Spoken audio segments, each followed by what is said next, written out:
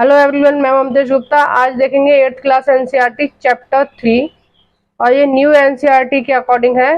Chapter का नाम है कृषि और इसका हमने 2 पार्ट पहले कर लिए हैं और आज ये तीसरा पार्ट है। ये जो साइड में एक फोटो दिख रही है, आप देख सकते हैं, ये बोर्ड की फोटो है और ये मैंने पहले सेकंड पार्ट में पढ़ाया है। तो अगर आपने नहीं देखी है तो आप जाकर देख सकते हैं। ये मैंने कृषि के प्रकार पहले करा दिए हैं, लेकिन एक बार में अब मैंने अपनी भाषा में कराए हैं, अपनी सरल भाषा में। एक बार हम किताबी भाषा में देख लेते हैं कि बुक में क्या लिखा है। आइए शुरू करते हैं। सबसे पहले देखते हैं हम जैविक कृषि। जैविक कृषि क्या होती है? इस प्रकार की कृषि में रासायनिक खादों के स्थान पर जैविक खाद का प्रयोग होता है। देखिए, जो जैविक कृषि होती है उसमें किसी भी तरह का रासायनिक या हानिकारक केमिकलों का यूज नहीं होता है। जैसे ज्यादा से ज्यादा फसल उगाने के लिए हम क्या करते हैं, उसमें खाद डालते हैं, जो सिंथेटिक खाद डालते हैं वो नहीं डालते हैं जैविक कृषि में। जैविक कृषि में हम किन खादों का प्रयोग करते हैं? जैविक कृषि में प्राकृतिक खादों का प्रयोग करते हैं, जैसे फसल चक्र का भी प्रयोग करते हैं, हरी खाद का प्रयोग करते हैं, गोबर की खाद का प्रयोग करते हैं। जो जानवर होते हैं ना, पशु होते हैं, गाय भैंस बकरी इस तरह के जो होते हैं, तो उनका जो मल होता है उसको बोलते हैं गोबर। तो गोबर की खाद का प्रयोग करते हैं। जैविक खाद होता है जो गीला कूड़ा होता है ना, फल का, सब्जी के, इनके इनके जो छिलके की सड़न गलन होती है, इसका प्रयोग करते हैं और प्राकृतिक कीड़ानाशकों का हम प्रयोग करते हैं। ठीक है, तो जैविक कृषि का आपको पता चल गया है। जो भी ओरिजिनल चीजें हैं, ठीक है, उनका हम प्रयोग करते हैं फसल को ज्यादा से ज्यादा उगाने के लिए। और अजैविक कृषि होती है कि हम पूरी तरह से रासायनिक खादों का ही प्रयोग करते हैं। अब देखिए, कृषि के प्रकार देख लेते हैं, निर्वाह कृषि और वाणिज्यिक कृषि। अब देखिए, निर्वाह कृषि के मैंने आपको 2 भाग बताए थे। पहला है गहन निर्वाह कृषि। इसमें क्या है, छोटा किसान होता है और छोटा किसान अपने छोटे से भूभाग पर कृषि करता है। ठीक है, इस तरह की कृषि कहाँ पाई जाती है? गहन निर्वाह कृषि दक्षिणी, ये दक्षिण एशिया होगा। ठीक है, दक्षिण एशिया होगा। दक्षिण पूर्वी और पूर्वी एशिया के संघन जनसंख्या वाले मानसून प्रदेशों में प्रचलित है। यानी कि जो हमारा भारत है वो दक्षिण एशिया के अंतर्गत आता है। ठीक है, हमारा भारत कहाँ आता है? दक्षिण एशिया के अंतर्गत आता है। तो ये जो गहन निर्वाह कृषि है, ये यहीं पर सबसे ज्यादा प्रचलित है ना। आगे देखते हैं। देखो, निर्वाह भूमि को हमने किस में बांटा है? 2 भागों में। पहला तो ये हो गया और देखा, दूसरा ये हो गया। ठीक है, दूसरा क्या होगा? आदिम निर्वाह। और आदिम निर्वाह में मैंने आपको पिछली वीडियो में बताया था, ये जो मैंने आपको अभी पेज दिखाया था, फोटो दिखाई थी उसकी बोर्ड की, तो उसमें मैंने आपको दिखाया था आदि निर्वाह में आते हैं ये दोनों, स्थानांतरी कृषि और चलवासी कृषि। ठीक है, नेक्स्ट देखते हैं स्थानांतरी कृषि क्या होती है। स्थानांतरी कृषि को देखते हैं। अमेजन बेसिन के संघन वन। अमेजन बेसिन क्या है? दक्षिणी अमेरिका में है ना। और जो अमेजन है और उसकी सहायक नदियां मिलके बनाती हैं अमेजन बेसिन। देखिए, मैं बीच बीच में ये जो महाद्वीप देश वगैरह बताती हूँ, ये बहुत इंपॉर्टेंट होते हैं। और देखो, एग्जाम में कभी भी आपको से पूछ लिया जाएगा क्वेश्चन इस तरह का, तो आपको समझ नहीं आएगा कि किस महाद्वीप की बात होती है, किस प्रदेश की बात हो रही है। तो इसलिए मैं बीच बीच में आपको बता देती हूँ। तो अमेजन बेसिन में क्या है, ये स्थानांतरित कृषि चलती है। उष्ण कटिबंधीय अफ्रीका, देखो उसकी ही बात हो रही है। ये अमेजन बेसिन क्या, उष्ण कटिबंधीय अफ्रीका में है। दक्षिणी पूर्व एशिया, दक्षिण पूर्व एशिया में हमारा भारत आता है और उत्तर पूर्वी भारत के भागों में प्रचलित है। उत्तर पूर्वी कौन सा है? हमारा भारत उत्तर पूर्वी भारत है। जो 7 बहनों का जिक्र होता है हमारे भारत में, यानी कि असम, मेघालय, मिजोरम, नागालैंड, त्रिपुरा। ठीक है, ये जो है ये 7 है। और अरुणाचल प्रदेश, ये सब क्या है? 7 प्रदेश हैं। और इन 7 प्रदेशों में क्या कौन सी कृषि होती है? ये होती है स्थानांतरित कृषि।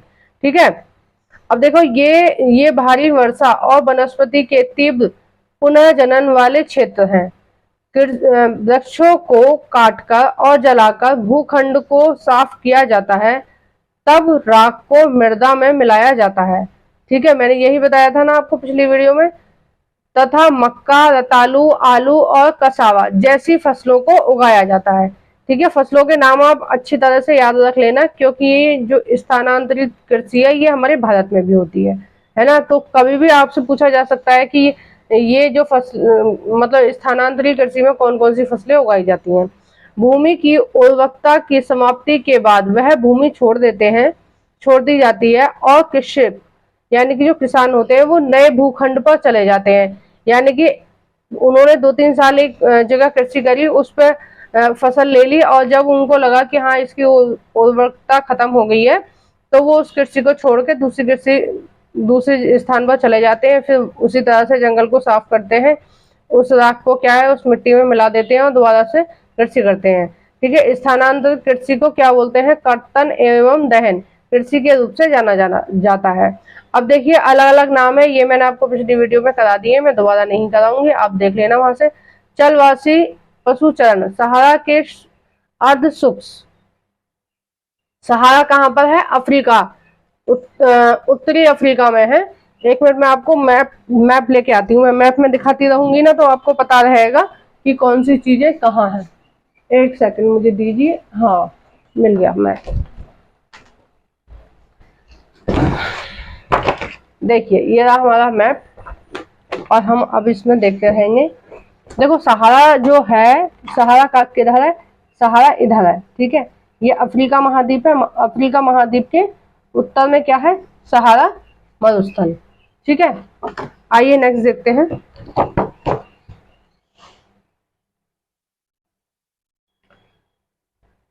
हाँ, भारत एशिया और भारत के कुछ भाग जैसे राजस्थान और जम्मू कश्मीर में प्रचलित है। ये वाली कृषि कहाँ कहाँ प्रचलित है? चलवासी पशुचरण कहाँ कहाँ प्रचलित है? एक तो सहारा मरुस्थल में। ठीक है, सहारा मरुस्थल के अर्ध शुष्क प्रदेशों में। अर्ध शुष्क का मतलब होता है कि वहाँ की जो भूमि है उसमें नमी बहुत कम है। ठीक है, वायु, वहाँ की जो जलवायु है उसमें नमी बहुत कम है। तो वो क्या करते हैं, जैसे चलवासी क्या होते हैं? चलवासी मैंने आपको बताया पिछली वीडियो में कि चलवासी होते हैं कि वो अपने मवेशियों को, देखो ये है ना, ऊंट वगैरह को लेके, ऊंट, भेड़, बकरी, इस तरह के जानवरों को लेके एक स्थान से दूसरे स्थान जाते हैं। यानी कि जैसे अभी वो राजस्थान में है, जब तक राजस्थान में घास मिलेगी जब तक वो वहां रहेंगे, उसके बाद वहां को छोड़ के वो क्या है, उत्तर मध्य भारत की तरफ आ जाएंगे अपने पशुओं को चराने के लिए। तो ये होता है चलवासी पशुचरण पद्धति। इसमें क्या करते हैं कि अपने पशुओं को जहां भी उन्हें चारा मिलता है वहां की तरफ चले जाते हैं।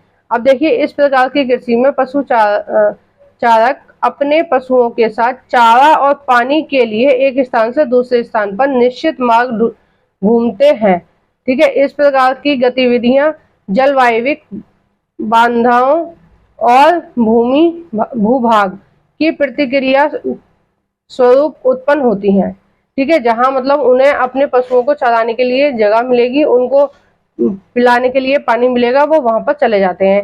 जैसे राजस्थान में क्या है, बहुत ज्यादा पानी की कमी है ना, तो वहां पे ऊँटों को फिर पानी चाहिए होता है गर्मियों में, तो वो क्या करते हैं, वो मध्य भारत की तरफ चले जाते हैं और वहां पर उनको 2-3 महीने रुकते हैं। जैसे यूपी है, बिहार है, बिहार तो नहीं, यूपी है, हरियाणा, इधर की तरफ आ जाते हैं अपने पशुओं को चराने के लिए। ठीक है, अब देखिए पशु चारक मुख्यतः कौन कौन से पशु होते हैं जिनको चराने के लिए लेके आते हैं? भेड़, ऊंट, मवेशी, याक और बकरियां पालते हैं। ठीक है, ये जो पशु चारक होते हैं एक स्थान से दूसरे स्थान जाते हैं, ये चीज पालते हैं। और देखो इन पशु चालकों की किस चीज से आमदनी होती है? दूध, मांस, ऊन, खाल और अन्य उत्पादन उपलब्ध करते हैं। ठीक है, ये इन सारी चीजों को ये क्या उपलब्ध करते हैं। आइए अब देखते हैं वाणिज्यिक कृषि। वाणिज्यिक कृषि क्या होता है? जब हम फसल इतने बड़े लेवल पे उगाते हैं कि उसको मतलब उसको हम व्यापार की तरह करते हैं, तो उसको बोलते हैं वाणिज्यिक कृषि। अब वाणिज्यिक कृषि में मैंने आपको बताया था कि एक तो मिश्रित कृषि आती है और एक रोपड़ कृषि आती है। ठीक है, मिश्रित कृषि होती है कि कई सारी फसलों को उगाया जाना, और रोपड़ कृषि क्या होती है, जो पौध लगाकर उगाई जाती है, उसको रोपड़ कृषि बोलते हैं। अब देखिए वाणिज्यिक कृषि देखते हैं। वाणिज्य अनाज कृषि में फसलें वाणिज्यिक उद्देश्य से उगाई जाती हैं। वाणिज्य का मतलब होता है बिजनेस के उद्देश्य से। ठीक है, अब जैसे आप रिलायंस फ्रेश में जाएंगे, है ना, जो शहर के बच्चे हैं वो समझ पा रहे होंगे, जो आप बड़ी बड़ी मॉलों में जाएंगे तो आपको जो सब्जी है वो पैकेट में मिलेंगी। ठीक है, जैसे आपको चीनी, चाय की पत्ती आदि चीजें क्या है पैकेट में मिलती हैं, उसी तरह से आपको क्या है सब्जियां भी पैकेट में मिलेंगी। उन पर एक लेबल लगा होगा कि एक किसी विशेष कंपनी का। ठीक है, उस कंपनी के नाम से वो बिकेंगी। तो वो कंपनी क्या है, वो कौन सी कृषि करती है, वो बड़ी बड़ी कंपनी है, वो वाणिज्यिक कृषि करती है। ठीक है ना, और फिर फसलों को उगाती हैं और उनको फिर पैक कर करके उस पर लेबल लगा के उसको मार्केट में बेचती हैं। अब देखिए ये इस प्रकार की जो कृषि है उसमें कौन कौन सी फसलें उगाई जाती हैं, जैसे गेहूं है और मक्का है, सामान्य रूप से उगाई जाने वाली फसलें हैं। ठीक है, उत्तरी अमेरिका में उगाई जाती हैं ये वाणिज्यिक कृषि। अब देखिए उत्तरी अमेरिका कहाँ है, मैं आपको दिखाऊंगी अभी। यूरोप और एशिया के शीतोष्ण घास के मैदान। ठीक है, जो शीतोष्ण घास के मैदान है, उष्ण कटिबंधीय बंधीय घास के मैदान से ऊपर होता है शीतोष्ण घास के मैदान। एक मिनट अभी मैं आपको दिखा देती हूँ तो आपको पता रहेगा। आइए देखते हैं। देखो मैंने सबसे पहले आपको बताया था उत्तरी अमेरिका। देखो उत्तरी अमेरिका जो है वो ऊपर वाला है, दक्षिणी अमेरिका नीचे वाला है ना, तो उत्तरी अमेरिका कौन सा है, ऊपर वाला है। ठीक है, आप मैप में देख लीजिए, उत्तरी अमेरिका ऊपर वाला है। तो यहाँ पर जो शीतोष्ण घास के मैदान है, देखिए ये तो क्या है, ये है आपको नहीं दिख रहा होगा, देखो ये है इक्वेटर। ठीक है, इक्वेटर के ऊपर कौन सी रेखा है, कर्क रेखा है, और कर्क रेखा के ऊपर वाले भाग में इधर की तरफ क्या है, इधर की तरफ घास के मैदान है। ठीक है, जहां जहां मेरी उंगली जा रही है वहां वहां क्या है, घास के मैदान है। ठीक है, यहाँ यहाँ क्या है, घास के मैदान है। तो शीतोष्ण घास के मैदान कहाँ है, कर्क रेखा से ऊपर की तरफ। तो वहां पर ये वाली कृषि होती है, वाणिज्यिक कृषि। ठीक है, अब देखते हैं नेक्स्ट। ये क्षेत्र सैकड़ों हेक्टेयर बड़े फार्म से युक्त विरल आबादी वाले हैं। विरल आबादी माने कहीं कहीं घर मकान आपको नजर आएंगे। ठीक है, कहीं कहीं आपको परिस्थितियां नजर आएंगी। संगन होता है एक से एक चुपटे हुए मकान जो होती हैं, जैसे आप अगर कभी शहरों में गए हो तो वहां पे क्या है, मकान एक दूसरे से चिपके हुए होते हैं, तो वो होते हैं संगन। विरल होते हैं दूर दूर। जैसे आप गांव वगैरह में जाओगे तो कई सारे लोग क्या है अपने खेतों पर ही घर बना लेते हैं, अपनी सुविधा के अनुसार। उन्हें जहां अच्छा लगता है वहां वो अपना घर बना लेते हैं। लेकिन जो संघन बस्ती वाले जगह होती है वहां पर ऐसा नहीं होता, वहां पर घर एक दूसरे से सटे होते हैं। अब देखिए, अत्यधिक ठंड वर्धन काल को बाधित करती है और केवल एक ही फसल उगाई जा सकती है। देखिए ये जो शीतोष्ण घास के मैदान होते हैं वहां पर क्या है, एक ही फसल उगाई जाती है। शीतोष्ण घास के मैदान, देखो शीतोष्ण वाला जो मौसम होता है, अगर आप उत्तर भारत में रह रहे हैं, ठीक है, आप यूपी में, बिहार में, पंजाब में, हरियाणा में, इन जगहों पर रह रहे हैं, तो ये यहाँ पर क्या है, जो गर्मियों का मौसम होता है ना, गर्मियों में क्या है, फसल आती है गेहूं की, मक्का की, इस तरह की फसलें क्या है गर्मियों में हम सॉरी गेहूं की फसल हम सर्दियों में लेते हैं और मक्का की फसल क्या है गर्मियों में लेते हैं। तो शीतोष्ण घास का मैदान, शीतोष्ण जो जलवायु है वो लगभग लगभग लगभग उत्तर भारत की जलवायु है। उत्तर भारत में आप समझ गए ना कौन आएगा, यूपी, बिहार और ये पंजाब, हरियाणा और हिमाचल के भी कुछ भाग आप मान सकते हैं कि शीतोष्ण, मतलब यहाँ की जलवायु, यहाँ का एटमोस्फेयर जैसा होता है, आप उसको शीतोष्ण बोल सकते हैं। ठीक है ना, क्योंकि ये क्या है, कर्क रेखा से ऊपर है और यहाँ पर क्या है, जो सर्दी है वो ठीक ठाक पड़ती है। ठीक है ना, सर्दी के मौसम में क्या है, आप अच्छी तरह से जैकेट वगैरह पहनते हैं, तो उसकी बातें हो रही है। अब देखिए वाणिज्यिक अनाज कृषि के प्रमुख क्षेत्र हैं, ये सारे प्रमुख क्षेत्र हैं, सॉरी हमने यहाँ तक कर लिया था। हाँ, केवल एक ही फसल उगाई जाती है। नेक्स्ट देखते हैं मिश्रित कृषि। में भूमि का उपयोग भोजन व चारे की फसलें उगाने और पशुधन पालन के लिए किया जाता है। अब देखिए मिश्रित कृषि क्या है, ठीक है, उसके बारे में हम जान रहे हैं। मिश्रित कृषि क्या है कि वहां पर उस भूमि पर क्या है, भोजन के लिए भी फसलें उगाई जाती हैं, चारे के लिए यानी कि जो पशु हमने पाल रखे हैं उनके लिए भी फसलें उगाई जाती हैं और पशुपालन भी किया जाता है। ठीक है, ये कहाँ पाया जाता है, यूरोप में। ठीक है, यूरोप कहाँ है, देखिए बिल्कुल एशिया से लगा हुआ है यूरोप। आप इस मैप को रट लीजिए, आगे भी अगर आप कंपटीशन की तैयारी करेंगे तो आपको आसानी होगी। मैं ये इस मैप को एक बार साफ कर दूंगी। देखो ये जो है, ये जो पीला पीला दिख रहा है वो रसिया है, ठीक है, और रसिया का कुछ भाग क्या है, यूरोप में आता है। और ये वाले जो छोटे छोटे दिख रहे हैं बहुत सारे, ये क्या है, यूरोप है। ठीक है ना। अब देखिए यूरोप, हाँ देखो यूरोप और संयुक्त राज्य अमेरिका। संयुक्त राज्य अमेरिका मैंने आपको कहाँ बताया था, मैंने बताया था आपको उत्तरी अमेरिका में। अर्जेंटीना बताया था दक्षिण अमेरिका में, और दक्षिण पूर्व ऑस्ट्रेलिया। और देखिए ऑस्ट्रेलिया कहाँ है, ऑस्ट्रेलिया है नीचे, सबसे नीचे, देखो इधर है, ऑस्ट्रेलिया है नीचे। ऑस्ट्रेलिया नीचे है, ऑस्ट्रेलिया जो मकर रेखा है, ठीक है, मकर रेखा इसके बीचों बीच से गुजरी है ना, ऑस्ट्रेलिया से। और देखो न्यूजीलैंड भी वहीं कहीं आसपास है। और देखिए दक्षिण अफ्रीका, देखो अफ्रीका महाद्वीप का सबसे दक्षिणतम छोर, ये क्या है, अफ्रीका महाद्वीप है ना बीच वाला, अफ्रीका महाद्वीप का सबसे नीचे वाला छोर दिखा, यहाँ वाला टॉप पे, ये क्या है, दक्षिण अफ्रीका। तो जो मिश्रित कृषि है आप देख पा रहे होंगे वो कहाँ कहाँ होती है, यूरोप में होती है, संयुक्त राज्य अमेरिका में होती है, अर्जेंटीना में होती है, दक्षिण पूर्व ऑस्ट्रेलिया में होती है, ठीक है, न्यूजीलैंड में होती है और दक्षिणी अफ्रीका में प्रचलित है। आइए नेक्स्ट देखते हैं, रोपण फसलें।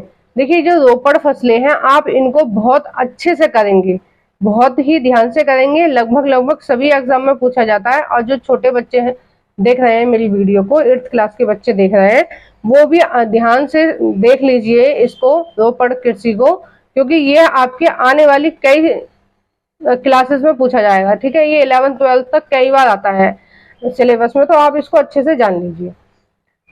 अब देखिए ये रोपण कृषि जो है ये वाणिज्य कृषि का एक प्रकार है। क्या क्या उगाया जाता है इसमें, चाय उगाई जाती है।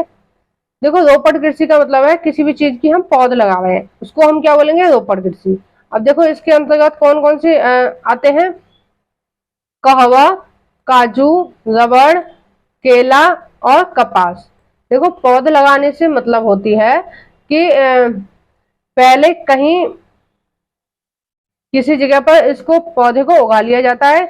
जब ये 1 से 2 फुट का पौधा हो जाता है फिर इसको क्या है, उखाड़ के फिर उसको दूर दूर पूरे खेत में लगा दिया जाता है। यानी कि छोटा छोटा जो पौधे तैयार होंगे, मतलब 1 से 2 फुट के जो पौधे तैयार होंगे वो किसी अलग खेत में होंगे, ठीक है ना। फिर उस जगह से निकाल के वह क्या है, घने हो जाएंगे, वो एक दूसरे से चिपके हुए हो जाएंगे सारे पौधे। फिर वहां से निकाल के उन पौधों को दूर हम उनको पौधों को लगाएंगे, ठीक है, उसको बोलते हैं रोपण। और जो रोपण कृषि होती है वो एकल फसल होती है, यानी कि एकल का मतलब है कि एक ही फसल उगाई जाती है पूरे साल में, है ना। अब देखिए जैसे केला है, एक बार आप लगा देंगे तो कई साल तक आपको फल क्या है, आते रहेंगे।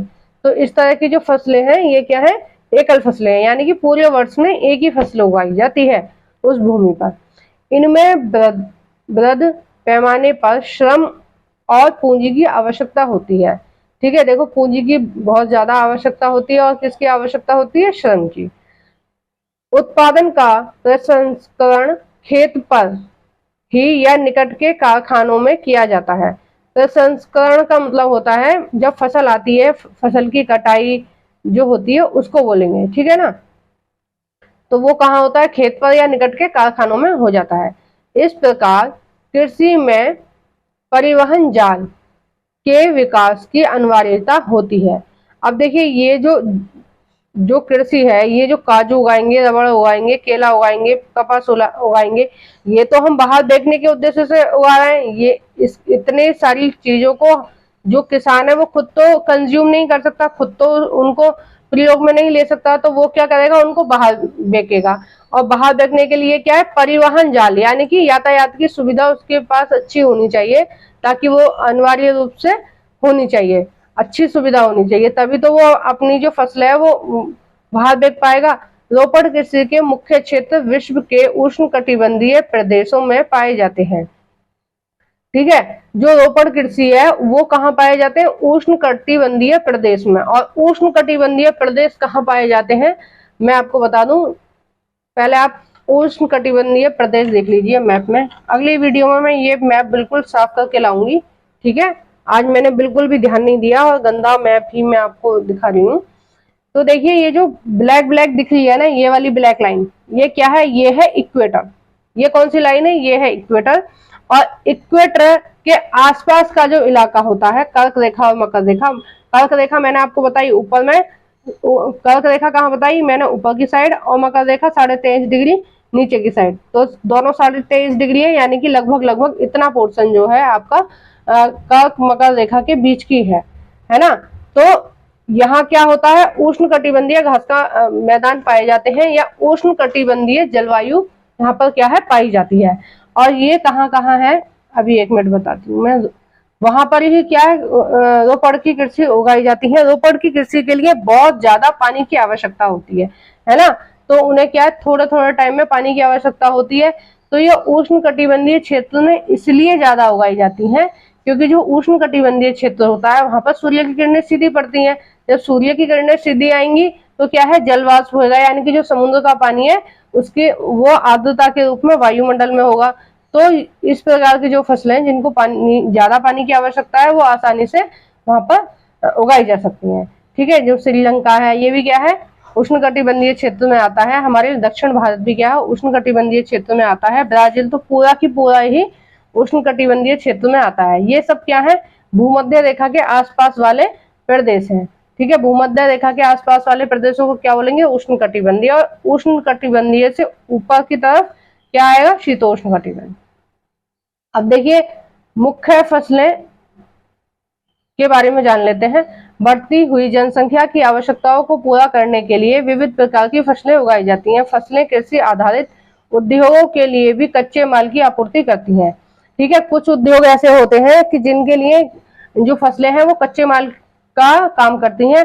अब जैसे देखिए, आप ब्रेड बनाएंगे तो ब्रेड के लिए क्या है, आटे की जरूरत पड़ेगी। तो आटा कहाँ से आएगा, कच्चा माल कहाँ से आएगा, कच्चा माल आएगा खेती करके, मतलब कृषक द्वारा उत्पादित किया जाएगा, है ना। कृषक यानी किसान द्वारा अपने खेत में उगाया जाएगा। अब देखिए, चावल की बहुत सारी कचरी वगैरह बनती है, मक्का की कचरियां बनती हैं। उसके लिए कच्चा माल कहाँ से आएगा, मक्का कहाँ से आएगी, उसके लिए मक्का खेत से आएगी और उगाया जाएगा। अब जूट और कपास रेशेदार फसलें, चाय और कहवा मुख्य पेय फसलें हैं। अब देखिए, पेय फसलें मतलब इनको क्या है, पिया जाता है, चाय को और कहवा को। ये क्या है, ये रोपड़ की ही फसलें हैं, और ये है पेय फसलें। पेय मतलब जो पी जाती हैं। जूट और कपास ये क्या है, रेशेदार फसलें। इनसे क्या है, कपड़े भी तैयार किए जाते हैं और बहुत सारी चीजें। देखो, रेशम से तो कपास से और रेशम से तो कपड़े तैयार किए जाते हैं, लेकिन जूट से क्या है, बहुत सारे प्रोडक्ट भी बनाए जाते हैं। तो आइए इनको विस्तार से देखेंगे। चावल, यह विश्व का, देखो चावल से बहुत ज्यादा क्वेश्चन पूछे जाते हैं, ये इंपॉर्टेंट है। चावल की फसल गेहूं की फसल से भी ज्यादा इंपॉर्टेंट मानी जाती है। ठीक है ना, क्योंकि भारत के लगभग लगभग सभी भागों में चावल खाया जाता है, और गेहूं से ज्यादा हमारे देश में चावल ही खाया जाता है। तो आप चावल के बारे में जितनी भी जानकारी रखेंगे उतना आपके लिए अच्छा होगा, क्योंकि एग्जाम में गेहूं से ज्यादा चावल से क्वेश्चन पूछे जाते हैं। आइए शुरू करते हैं। यह विश्व की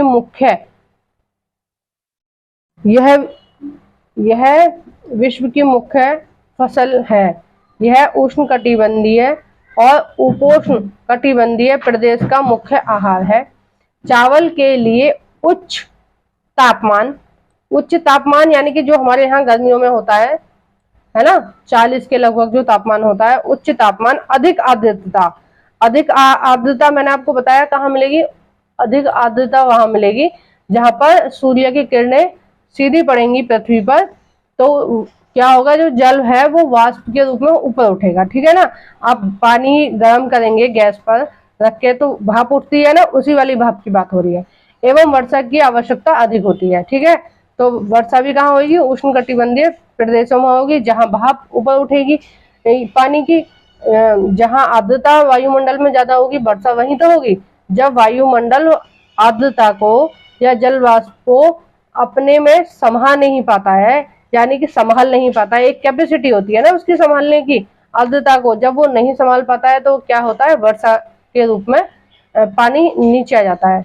यह फसल चीका युक्त जड़ोद मिट्टी में जल रोकने की क्षमता हो। देखो ये जो फसल सबसे ज्यादा कहाँ होती है, सबसे ज्यादा मिट्टी इसके लिए कौन सी उपयोग होती है, जो जड़ोद मिट्टी होती है, जो चिकनी जड़ोद मिट्टी होती है। गांव के बच्चे तो इसको जानते होंगे बहुत अच्छी तरह से। चिकनी मिट्टी कहाँ मिलेगी आपको, तालाब वगैरह जो होते हैं, पोखर वगैरह जो होती है, उसके आसपास की मिट्टी कैसी होगी, चिकनी मिट्टी होती है ना। तो वो कौन सी होती है, जड़ोद चिकनी मिट्टी होती है। और वो जो चावल की फसल होती है उसके लिए बहुत ही अच्छी होती है ना। चीन चावल उत्पादन में अग्रणी है, यानी कि चीन में सबसे ज्यादा जो चावल उगाए जाते हैं वो कहाँ उगाए जाते हैं, चीन में। चीन चावल के लिए सबसे ज्यादा अग्रणी है। इसके बाद क्रमशः भारत, यानी कि भारत जो है वो चावल में दूसरे नंबर पे, उसके बाद जापान, उसके बाद श्रीलंका और 5वें नंबर पर आएगा मिस्र, ठीक है। तो ये क्रम भी याद करने का होता है और ये कई बार एग्जाम में पूछ लिया जाता है। अनुकूल जलवायविक दिशाएं जैसे पश्चिम बंगाल और बांग्लादेश में एक वर्ष में 2 से 3 फसलें उगाई जाती हैं। अब देखिए जो जहां पर आर्द्रता ठीक ठाक मिल रही है, वहां की मिट्टी भी उस तरह की है कि चावल उगाए जा सकते हैं और जलवायु बिल्कुल ऐसी है, तो वहां पर क्या है, चावल की 3-3 फसलें उगाई जाती है। देखो उड़ीसा में भी चावल की 3 फसलें ली जाती हैं। दक्षिण भारत में भी बहुत सारी जगह ऐसी हैं जिसमें चावल की 3 फसलें ली जाती हैं, यानी कि पूरी साल ही वहां पर क्या है, चावल उगाए जाते हैं, है ना, क्योंकि वहां का एटमॉस्फेयर चावल उगाने के लिए अच्छा है। अब नेक्स्ट देखते हैं गेहूं। गेहूं एक वर्धन काल में मध्य तापमान एवं वर्षा और सस्य कर्तन फसलों की कटाई, कर्तन माने होता है फसलों की कटाई के समय तेज धूप की आवश्यकता होती है। देखो जो गेहूं है वो कब कब की फसल है, वो हमारे यहाँ रवि की फसल है। रवि का मतलब होता है सर्दियों की फसल है, ठीक है। तो जो जब वो बोई जाती है, जब कैसा होता है, तापमान बहुत कम होता है, ठीक है।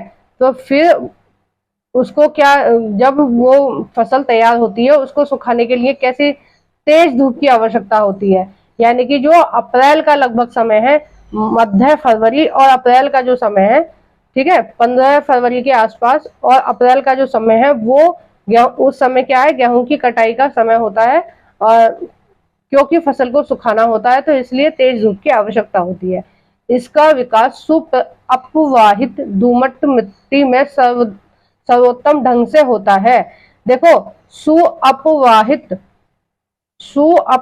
दोमट मिट्टी, देखो इसका मतलब ये होता है कि जो गंगा और यमुना या किसी भी नदी के द्वारा जो बहाकर जड़ोद मिट्टी लेके आई जाती है, ठीक है। जो बहुत ही ज्यादा उपजाऊ मिट्टी वो पहाड़ों से क्या है लेके आ रही है, और तो उस जगह पर जहाँ जो नदियों के डेल्टा में भी ये मिट्टी पाई जाती है, जड़ोद या दोमट मिट्टी। और ये क्या है, गंगा यमुना का जो दोआब है, जो उत्तर भारत है वहां पर है गंगा यमुना बहती हैं, तो वो जो दोआब है वहां पर ये मिट्टी पाई जाती है और वहां पर गेहूं क्या सर्वाधिक होता है, ठीक है। गेहूं संयुक्त राज्य अमेरिका, कनाडा, अर्जेंटीना, रूस, यूक्रेन, ऑस्ट्रेलिया और भारत में विस्तृत रूप से पाया जाता है, ठीक है। नेक्स्ट देखते हैं, भारत में यह शीत ऋतु में उगाया जाता है, ठीक है। भारत में कौन से में, शीत ऋतु में उगाया जाता है। शीत ऋतु कौन सी होती है, सर्दी, जब हमारे यहाँ सर्दी पड़ती है जब उसको बोलते हैं शीत ऋतु। अब आइए नेक्स्ट देखते हैं, मिलेट। मिलेट कौन सी फसलें होती हैं? पहला तो आप मिलेट का मतलब समझ लीजिए कि मिलेट होता क्या है। ठीक है, मिलेट, मिलेट का मतलब होता है जो मोटे अनाज होते हैं उनको हम बोलते हैं मिलेट। ठीक है, मिलेट, मिलेट को क्या है, हमारे जो भारत है इसमें मिलेट क्रांति आई थी। मिलेट क्रांति का मतलब था जो मोटे अनाज हैं, जो भारत के मूल अनाज हैं। ठीक है, भारत की उपज है ये ज्वार, बाजरा और रागी, ये क्या है, भारत की उपज है।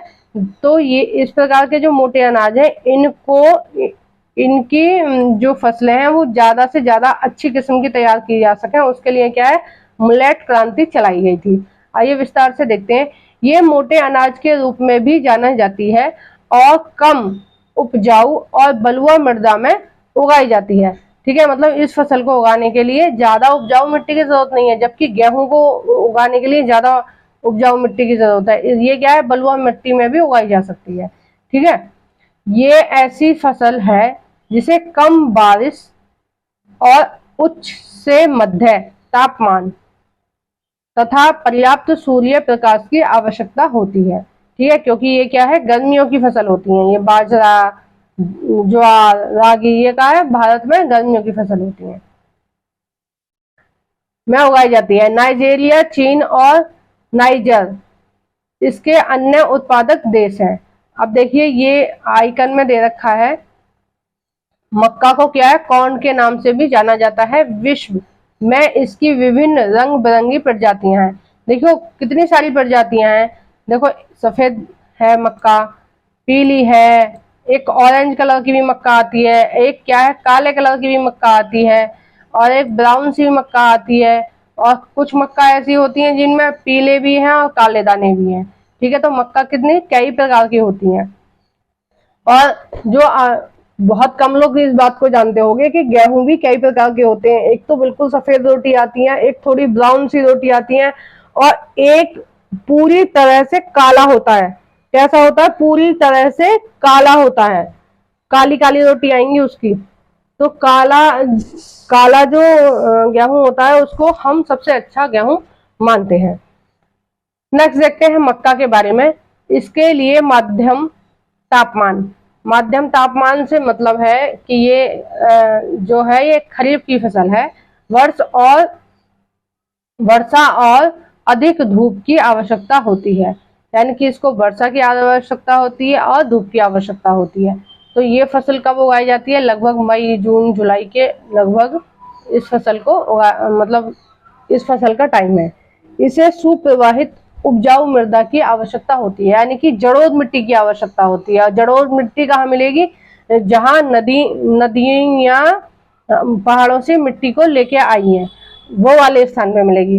तो ये उत्तर भारत में और दक्षिण भारत के कुछ क्षेत्र जहाँ पर क्या है, नदियों को जो नदियां डेल्टा बनाती हैं, उन डेल्टाओं में ये जड़ोद मिट्टी मिलती है, तो वहां पर भी क्या है, मक्का उगाई जाती है। मक्का उत्तर अमेरिका, ठीक है, उत्तरी अमेरिका मैंने आपको दिखाया था, और ब्राजील कहाँ है, दक्षिणी अमेरिका, चीन, रूस, कनाडा और भारत और मैक्सिको में उगाई जाती है। आइए नेक्स्ट देखते हैं कपास।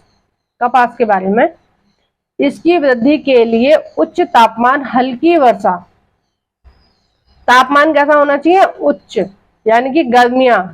उच्च तापमान हमारे भारत में कब होता है, सबसे ज्यादा उच्च तापमान होता है जून में। और क्यों होता है, क्योंकि जून में क्या है, जो मकर कर्क रेखा है हमारे भारत के बीचों बीच से गुजरी है ना कर्क रेखा, तो जो कर्क रेखा है उस पर सूर्य की किरणें सबसे ज्यादा सीधी पड़ती हैं। कौन से महीने में, जून के महीने में। ठीक है, तो जून के महीने में सबसे ज्यादा सीधी पड़ती हैं, तो हमारे भारत में क्या है, सबसे ज्यादा गर्मी होती है। 21 जून को पड़ती है ना सीधी सूर्य की किरणें कर्क रेखा पर। तो अत्यधिक उच्च तापमान की आवश्यकता होती है, यानी कि 40 के आसपास तापमान चाहिए, हल्की वर्षा और 200 से 210 पाला रहित दिन और तेज चमकीली धूप की आवश्यकता होती है। पाला रहित का मतलब होता है जब बहुत ज्यादा ऐसा होता है, जैसे सुबह सुबह आप उठेंगे तो जब ज्यादा ठंड पड़ती है तो क्या है, हाथ पैर सुन्न टाइप के हो जाते हैं, तो वो क्या है, पाले का ही टाइम होता है। तो ऐसा नहीं चाहिए, पाला नहीं पड़ना चाहिए, तेज खिली हुई धूप निकलनी चाहिए इस वाली फसल के लिए। ठीक है, यह काली और जलोढ़ मिट्टी में सर्वोत्तम उगती है। देखो इसको उगाने के लिए कौन कौन सी मिट्टी की जरूरत होती है? जलोढ़ मिट्टी जो नदी सोपानों में पाई जाती है, यानी कि जो नदियों के द्वारा बहाकर लाई गई है, और दूसरी काली मिट्टी की आवश्यकता होती है कपास के लिए। देखो मेनली जो होती है इसके लिए, कपास के लिए काली मिट्टी की आवश्यकता होती है, और काली मिट्टी हमारे यहाँ कहाँ पाई जाती है? दक्षिण भारत में पाई जाती है।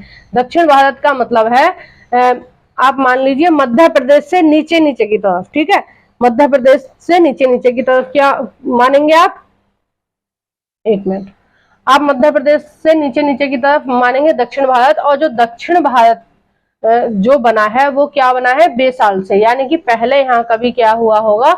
ज्वालामुखी उद्गार हुआ होगा, और ज्वालामुखी उद्गार से ये पूरा दक्षिण भारत बना है। तो दक्षिण भारत में कौन सी मिट्टी सबसे ज्यादा पाई जाती है? काली मिट्टी। तो ये जो कपास की फसल है ये कहाँ पाई जाती सबसे ज्यादा होती है? गुजरात में और महाराष्ट्र में। ठीक है, दक्षिण भारत में ही होती है ये। देखो आपको मेरी वीडियो कैसी लगती है, मैं कैसे समझा रही हूँ, मेरा तरीका क्या है, आपको समझ में आ रहा है कि नहीं आ रहा? प्लीज मैं आपसे हाथ जोड़ के रिक्वेस्ट कर रही हूँ कि आप प्लीज मेरी वीडियो के नीचे एक कमेंट छोड़ा करें कि आपको मेरी वीडियो कैसी लगती है, और लाइक जरूर किया करें मेरी वीडियो को।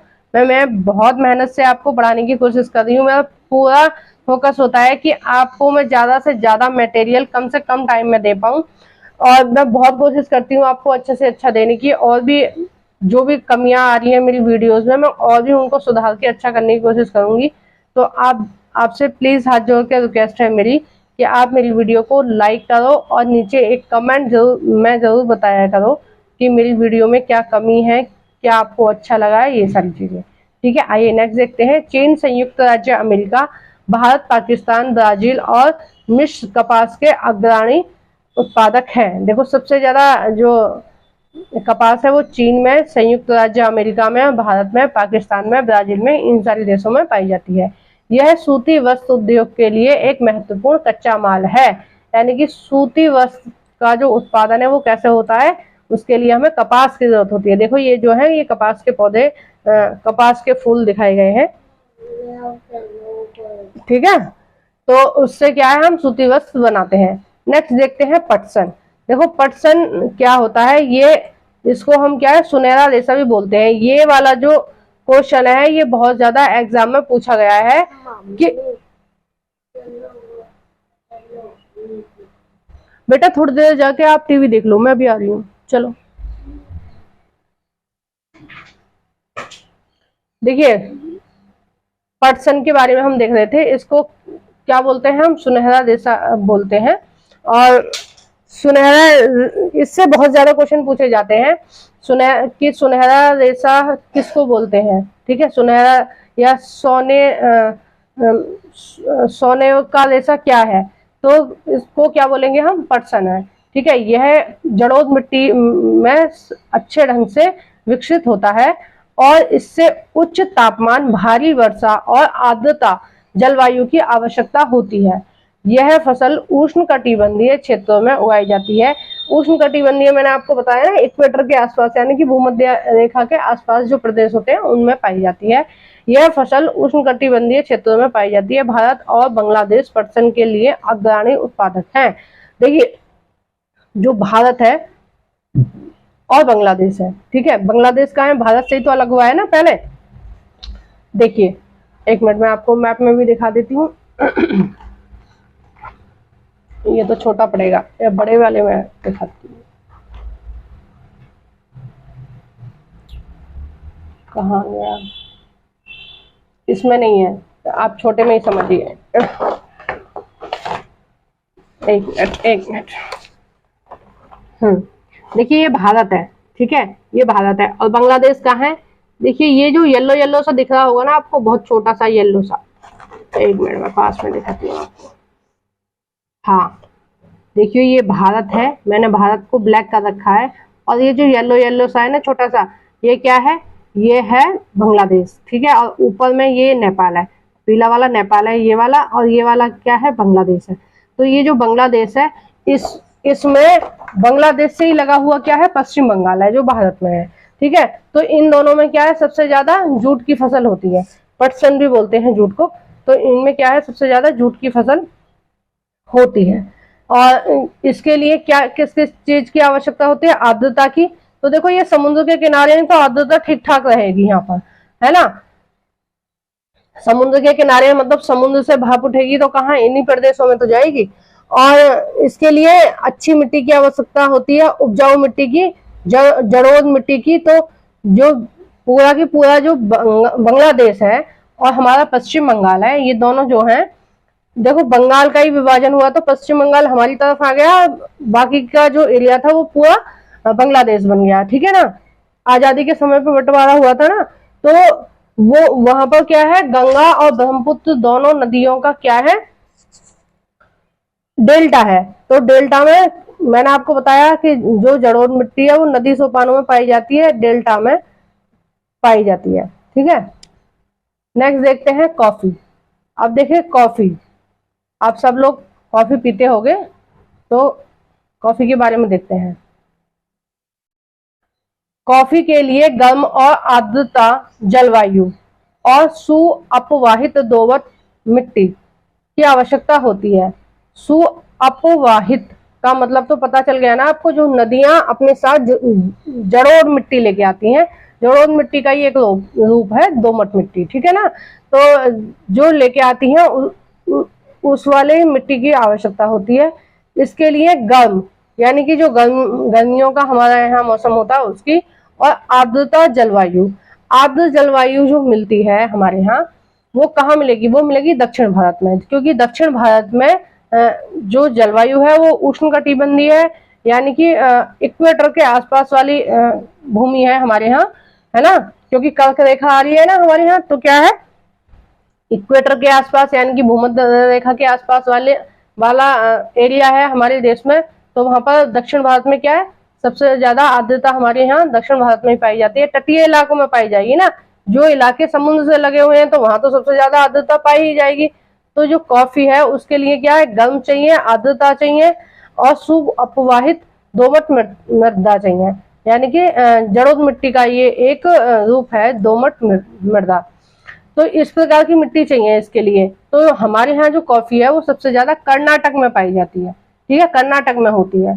और जो कॉफी पाई जाती है वो अरेबिक किस्म की कॉफी हमारे यहाँ पाई जाती है। अब देखिए, इस फसल की वृद्धि के लिए पर्वतीय ढाल अधिक उपयुक्त होता है। पर्वतीय ढाल होना चाहिए। ब्राजील कॉफी का अग्रणी है, यानी कि सबसे ज्यादा जो कॉफी है वो कहाँ पाई जाती है, उगाई जाती है ब्राजील में। ठीक है, ब्राजील कहाँ है, दक्षिणी अमेरिका में है। ठीक है, मैं बार बार जो चीजें रिपीट कर रही हूँ आप उनको ध्यान से सुन लीजिए, ये आपके एग्जाम में कहीं ना कहीं पूछ लिए जाते हैं। इसके पश्चात कोलंबिया और भारत में कॉफी उगाई जाती है। अब देखिए कॉफी की खोज कैसे हुई, कैसे हमें पता चला कॉफी के बारे में, उसके बारे में देखते हैं। कॉफी की खोज के विषय में विभिन्न कहानियां प्रचलित है। लगभग 850 में कालिंदी नाम का एक अरबवासी, यानी कि अरब का एक नागरिक था कालिंदी, जो बकरी चराने वाला था, अपनी बकरियों की अनोखी उछलकूद और हरकत को देखकर परेशान था। देखो, एक अरबवासी था, वो क्या है, अपनी बकरियों को ले जाता था चराने के लिए, और जहां वो क्या चढ़ने के लिए जाती थी तो बकरियां क्या पत्ती पत्ती खाती हैं, और पत्तियों को खाने के बाद बकरियां अजीब सी हरकत करने लगती थी, उछल कूद करने लगती थी, यानी कि उनका जो बीपी है वो हाई हो जाता था एकदम से। तो उस आदमी ने एक दिन देखा कि भाई ये इन पत्तियों को खाने की वजह से इनकी जो एक्टिविटी है वो चेंज हो जाती है। तो उसने क्या किया, उसने भी उन पत्तियों को खा के देखा तो उसको भी अच्छा लगा। तब उसने जाना कि इन जो मेरी बकरियां हैं वो ज्यादा एक्टिव इसलिए हो जाती हैं क्योंकि इन पत्तियों को खा के। फिर उसने उन पत्तियों से अलग अलग प्रकार के व्यंजन खा के देखे तो उसको अनुभव हुआ कि इनसे मतलब कुछ अलग शरीर में क्या है, अलग सी चीजें महसूस होती हैं, मतलब फुर्ती टाइप का महसूस होता है। कॉफी हम इसलिए ही तो पीते हैं कि हम एक्टिव रहें, है, हमें नींद वगैरह ना आए। ज्यादातर कॉफी पढ़ने वाले बच्चे पीते हैं या ऑफिस में काम करने वाले लोग पीते हैं ताकि आपको क्या है, नींद ना आए। यही सब इसमें लिखा है, पढ़ लेना आप अगर मेरे से कुछ छूट गया हो तो। चाय के बारे में देखते हैं। बागान में उगाई जाने वाली एक पेय फसल है। देखो, चाय और कॉफी पेय फसल के अंतर्गत आते हैं। पेय मतलब जो पीने वाली है। इसकी कोमल पत्तियों की वृद्धि के लिए ठंडी जलवायु और वर्ष भर समवितरित उच्च वर्षा की आवश्यकता होती है। इसके लिए सुप्रवाहित दोमट मिट्टी और मंद ढाल की आवश्यकता होती है। पत्तियों को चुनने के लिए अधिक श्रम की भी आवश्यकता होती है। तो देखो, जो चाय है वो हमारी पूर्वोत्तर भारत में पाई जाती है, उगाई जाती है, पाई जाती है यानी उगाई जाती है पूर्वोत्तर भारत। पूर्वोत्तर भारत मतलब असम, मेघालय, मिजोरम, ये सब जो है। देखो, एक मिनट में मैप में भी आपको दिखा देती हूँ। पूर्वोत्तर भारत इसको मान लीजिए, ठीक है, इस वाले को मान लीजिए। ये जो है ना बांग्लादेश से इधर इधर का जो इलाका आ रहा है, ठीक है, इस मैप में दिख नहीं रहा। असम, मेघालय, मिजोरम, ये असम, मेघालय, मिजोरम, ठीक है, त्रिपुरा, नागालैंड, ये पूर्वोत्तर भारत में आता है। तो जो सबसे ज्यादा चाय उगाई जाती है वो असम में उगाई जाती है और पश्चिम बंगाल में, ठीक है। दार्जिलिंग कहाँ है? पश्चिम बंगाल में। तो दार्जिलिंग चाय के लिए बहुत ज्यादा प्रसिद्ध है। और असम का तो आप सब लोग जानते होंगे कि असम में जितने भी खेत हैं सबसे ज्यादा वहां पर क्या है? चाय ही उगाई जाती है, क्योंकि इसको ठीक ठाक मौसम, जलवायु की, ठंडी जलवायु की जरूरत होती है और वर्ष भर बारिश की जरूरत होती है। तो पूर्वोत्तर भारत में क्या है? वर्ष भर बारिश होती है, क्योंकि वो क्या है? पहाड़ी इलाका है, ठीक है, मंद ढाल वाले वहां पर क्या है? पहाड़ हैं, पर्वत हैं, तो वहां पर आर्द्रता ठीक ठाक बनी रहती है, क्योंकि पहाड़ों पर जो है टेम्परेचर कम ही पाया जाता है, जो चाय की फसल के लिए उपयोगी है। अब देखिए, कृषि का विकास हम जान लेते हैं, कृषि का विकास कैसे हुआ, ठीक है। एक मिनट, हाँ, देखिए कृषि का विकास। अब जैसे जैसे जनसंख्या बढ़ती जा रही है तो हमें क्या है? ज्यादा से ज्यादा उत्पादन करना पड़ेगा। पहले जनसंख्या कम थी, अब क्या है? जनसंख्या बढ़ती जा रही है, तो हमें क्या है? अपना उत्पादन भी उसी के अनुरूप बढ़ाना पड़ रहा है। तो एक मिनट, यह कई तरीकों से प्राप्त किया जाता है, जैसे बोए गए क्षेत्र में विस्तृत करके, यानी कि जो क्षेत्र में क्या है? फसल बोई जा रही है उनको क्या है? हम विस्तृत कर रहे हैं, यानी कि ज्यादा ज्यादा बड़े कर रहे हैं। यानी कि जो जंगल वगैरह हैं या भूमि ऐसे ही पड़ी हुई है उसको भी क्या है? हम साफ करके अच्छा बना रहे हैं, उसको उर्वरक बना रहे हैं मिट्टी को, और वहां पर क्या है? फसल उगाई जा रही है। और कई या सारी जगह ऐसी पड़ी हुई थी कि वहां पर सिंचाई के साधन नहीं थे, ठीक है, वहां की जो मिट्टी थी वो बेकार थी, तो हमने भी उसको क्या किया? उर्वरक बनाया है, उसमें सुधार करा है, सिंचाई की सुविधा पहुंचाई है वहां तक, और अच्छे बीजों से उसमें प्रयोग करके हम क्या है? कृषि का उत्पादन कर रहे हैं। तो कृषि का मशीनीकरण भी कृषि के विकास के लिए एक अन्य पहलू है। कृषि का विकास का मतलब होता है कि कृषि करने के लिए नए नए प्रकार की मशीनों का प्रयोग किया जाए, है ना, और नए नए खादों का, इन सब का प्रयोग क्या है? कृषि विकास कहलाता है। कृषि के विकास का चरम लक्ष्य खाद्य सुरक्षा को बढ़ाना है। देखो, कृषि करने का क्या लक्ष्य है? कृषि करने का लक्ष्य है कि कोई भी व्यक्ति भूखा ना रहे, यही लक्ष्य है ना, सभी व्यक्तियों को खाना मिले, ये लक्ष्य है कृषि का। तो क्या है? खाद्य सुरक्षा, यानी खाने की सुरक्षा को बढ़ाना है। आइए नेक्स्ट देखते हैं। कृषि का विकास विश्व के विभिन्न भागों में विभिन्न गतियों से हुआ है। अधिक जनसंख्या वाले विकासशील देश अधिकतर गहन कृषि करते हैं, यानी कि जिनमें ज्यादा जनसंख्या है वहां पर कौन सी कृषि होती है? गहन कृषि होती है। यह छोटी जोतों पर सामान्य जीविकोपार्जन का मतलब होता है कि उनका जो खर्चा है, पूरा की पूरा खर्चा है, वो पूरे परिवार का खर्चा किस पे चल रहा है? कृषि पे चल रहा है, के लिए फसलें उगाई जाती हैं, यानी कि उनके लिए कमाई का साधन कृषि ही है, ठीक है ना, उसको बोलते हैं जीविकोपार्जन। अब जैसे कुछ लोग सर्विस से पैसे कमाते हैं, कुछ लोग क्या है? रिक्शा चला रहे हैं, कुछ लोग हेडी पटरी का काम कर रहे हैं, या कुछ लोग शिक्षक हैं हमारी तरह, तो उनके जीविकोपार्जन की अलग अलग तरीका है, यानी कि पैसे कमाने के तरीके को हम एक तरह से बोल सकते हैं कि वो क्या है? हमारे लिए जीविकोपार्जन है। अब देखिए, बड़ी जोत, ये तो छोटी जोत कहाँ पाई जाती है? जहाँ जनसंख्या ज्यादा है, जैसे भारत में, चीन में, है ना, इनमें क्या है? पाकिस्तान में जनसंख्या ज्यादा है, तो छोटे छोटे किसान मिलते हैं। अब देखिए जो वाणिज्य कृषि है यानी कि बड़े लेवल पर जो कृषि उगाई जाती है वो कहाँ उगाई जाती है, वो उगाई जाती है संयुक्त राज्य अमेरिका में, कनाडा में और ऑस्ट्रेलिया में। देखो हमारे यहाँ जैसे इनको कृषक बोलते हैं ना, वहां पर ये कृषि कृषि की तरह नहीं होती है। जो ये मैं बता रही हूँ अमेरिका में, कनाडा में, ऑस्ट्रेलिया में, यहाँ पर क्या होता है, ये एक तरह के बिजनेस है वहां पर। ठीक है, वहां पर किसान ऐसे नहीं होते हैं जैसे हमारे यहाँ होते हैं, एक हल है उनके पास, बैल है या एक छोटा सा ट्रैक्टर है, उस तरह का नहीं होते हैं। उनके पास ज्यादा सुविधाएं होती हैं हमारे यहाँ से के अकॉर्डिंग। एक भारत और दूसरा संयुक्त राज्य अमेरिका के वस्तु स्थित अध्ययनों अध्ययनों की सहायता से विकासशील और विकसित देशों की कृषि के विषय में जानते हैं। अब देखिए इन्होंने क्या है, नीचे देखो, एक तो भारत के फार्म के बारे में बात कर रखी है, यानी कि गहन कृषि कहाँ होती है, भारत में। भारत में जितनी भी कृषि होती है वो गहन कृषि होती है। और दूसरा इन्होंने संयुक्त राज्य अमेरिका के बारे में दे रखा है। ठीक है, तो मतलब इससे आप ये जान पाएंगे कि गहन कृषि में और व्यावसायिक कृषि में क्या अंतर है, क्योंकि संयुक्त राज्य अमेरिका में कौन सी कृषि होती है, वाणिज्य कृषि होती है, और हमारे जो भारत है उसमें क्या है, गहन कृषि होती है। तो देखिए आप इसको पढ़ लेना, वीडियो बहुत ज्यादा लंबी होती जा रही है, अपलोडिंग में बहुत दिक्कत हो जाएगी, तो इसलिए आप इसको पढ़ लेना। इसमें बहुत ज्यादा कुछ है नहीं, मैं आपको बता देती हूँ कि यहाँ पर किसानों, ये हिल रहा है बाबू, जाओ यहाँ से। देखो यहाँ पे किसानों के पास क्या है, लगभग 1.5 हेक्टेयर का एक फर्म होता है। ठीक है, और देखिए जो अमेरिका है वहां पर जो खेत का प्रारूप है, मतलब फर्म का प्रारूप है, वो होता है 250 हेक्टेयर। अब जान सकते हैं 250 हेक्टेयर और 1.5 हेक्टेयर में कितना डिफरेंस है। ठीक है, हमारे यहाँ कैसा होता है 1.5 हेक्टेयर, और हमारे यहाँ जो फसलों के लिए क्या है, मैंने बताया जुताई के लिए भाड़े के ट्रैक्टर या हल, बैल, इन सब का प्रयोग किया जाता है, और नलकूपों का प्रयोग किया जाता है। और देखिए जो बड़े लेवल पर होती हैं फसलें, उनके लिए किसका प्रयोग करते हैं, देखिए कीटनाशक छिड़काव हो रहा है किसके द्वारा, हेलीकॉप्टर के द्वारा। कितनी बड़ी बात है, हमारे यहाँ किसानों पे मिलेगा भी नहीं, प्लेन मिल जाएगा, किसी पे भी नहीं मिलेगा। कोई कितना भी बड़ा किसान है लेकिन उससे प्लेन नहीं मिलेगा। वहां पर क्या है, जो खेतों में सिंचाई भी प्लेन से करवा देते हैं, करते हैं वो लोग, क्योंकि उनके पास देखो कितनी कितनी जमीन होती है।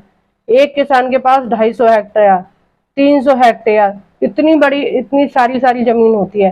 तो जमीन करने का तरीका ही अलग होता है। और देखो कौन कौन सी फसलें उगाई जाती हैं, कैसे उगाई जाती हैं, ये आप पढ़ लेना। ठीक है, तो इसी तरह की और वीडियोस के लिए सब्सक्राइब करें मेरा channel NCERT Mumtaz Gupta. Please मेरी वीडियो को लाइक करें, शेयर करें, कमेंट करें। Thank you for watching everyone.